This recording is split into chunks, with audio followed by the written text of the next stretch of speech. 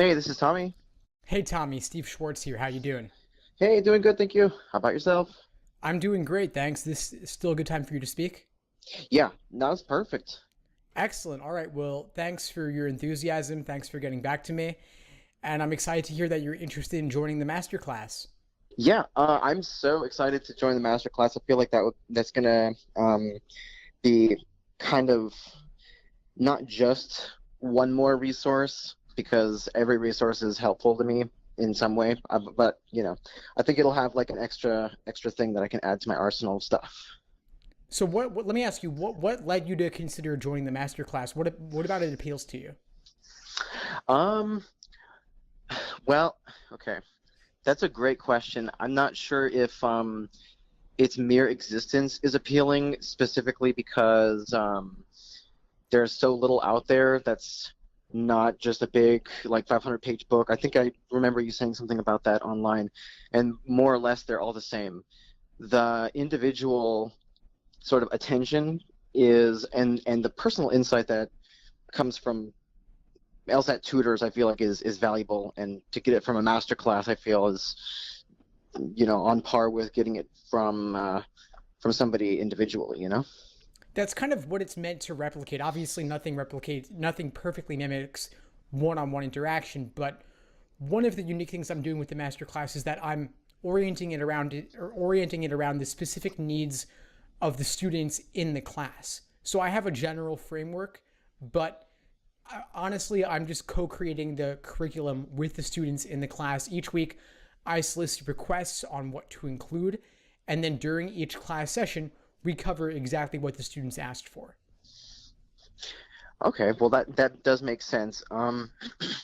And I filled out some stuff for you actually earlier today to be included on other things, and I know that you're probably looking for a specific type of person to kind of join in this. I suppose that kind of person is somebody who's far enough along to understand some of the finer details regarding maybe strategies and question explanations that deal with more nuanced and like less broadly applicable issues. Is that a fair assessment? I would certainly say so. Yeah, I'm looking for highly motivated, self-driven students who are not starting off from complete scratch, although it's okay if they are. I'm looking for folks who are investing themselves in their prep enough so that they can maximize what they get out of the class with me. Perfect. Well, as far as that goes, I feel like there's a lot to learn from like people, and everybody has a different experience. You and other students, and being a part of that, I'm super excited for that reason because like it's gonna be like these highly motivated students, and they're gonna be coming with all the different situations that they themselves face. Might not be something I think of off the bat. Might not be something I ever think of. So good stuff. Exactly. Yeah. A lot of the benefit you get is from the questions other students are asking, because you may not have thought to ask them, you may not have known to ask them, and you may have different areas of strength and weakness, but it always helps to get another take on a particular question. I agree. Um, Yeah, so I heard reading comprehensions on Monday actually, and it should work out like that. I just absolutely burnt out on logic games. I've been doing them for 2 weeks, and I've decided to stop hitting my head against the wall and move on to RC. So I feel like it's gonna be so great to like jump right in with something that I'm tackling next. Have at least a little bit of time to orient myself within the section, then like figure out where where to really minimize the mistakes, I guess. Yeah, yeah, absolutely. I think reading comp more than any other section, it is tough to perfect 100%.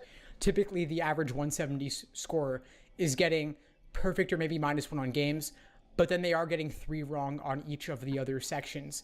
And obviously, we do want to minimize that, but it is something that we do want to minimize more than perfect, just because perfection on reading comp, more than any other section, I think is difficult to achieve. It has those ambiguities of language that games does not.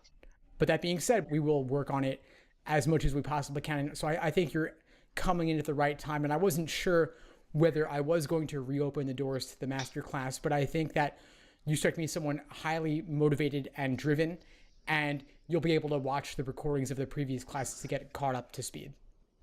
Awesome. Yeah. Well, it's actually great that we're on Reading Comp. I just remembered that I kind of prepared actually a question for you regarding that. I got so excited I kind of glazed over actually your assessment of scoring on it. But part of my question would be what do you think of my approach? And then the next part would be, what is your experience with people who do end up getting to the point where they can get -1 or -2 or per section? I don't know if you want to go into that with me right now. Yeah, sure. Why don't we do a quick take on it now, and then we can go into more depth during the class on Monday. Sure. Okay. So I guess if I'm going to do both parts, let me just take you like brief 3 steps. I do a very skeletal summary as I go along. This is like 1 word per paragraph. I'll look at it and then I'll answer all the questions based on what I've read like really actively. One of the strategies I'd employ in practicing is, of course, getting to know each type of question really well and identifying exactly what it's asking for so I can find it better.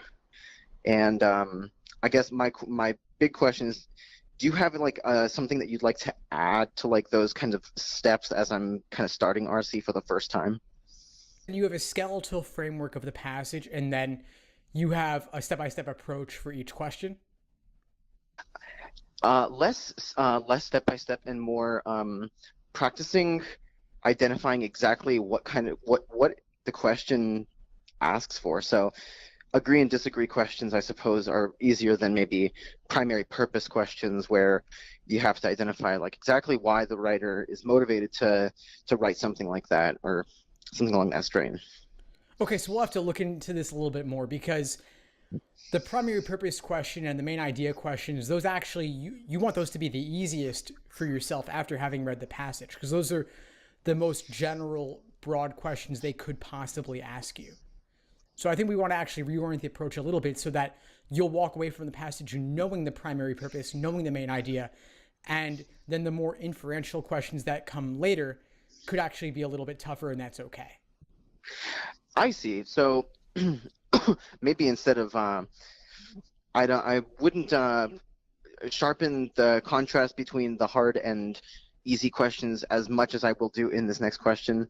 I'll make it short again. But as far as that's concerned, I suppose the inferential questions probably have,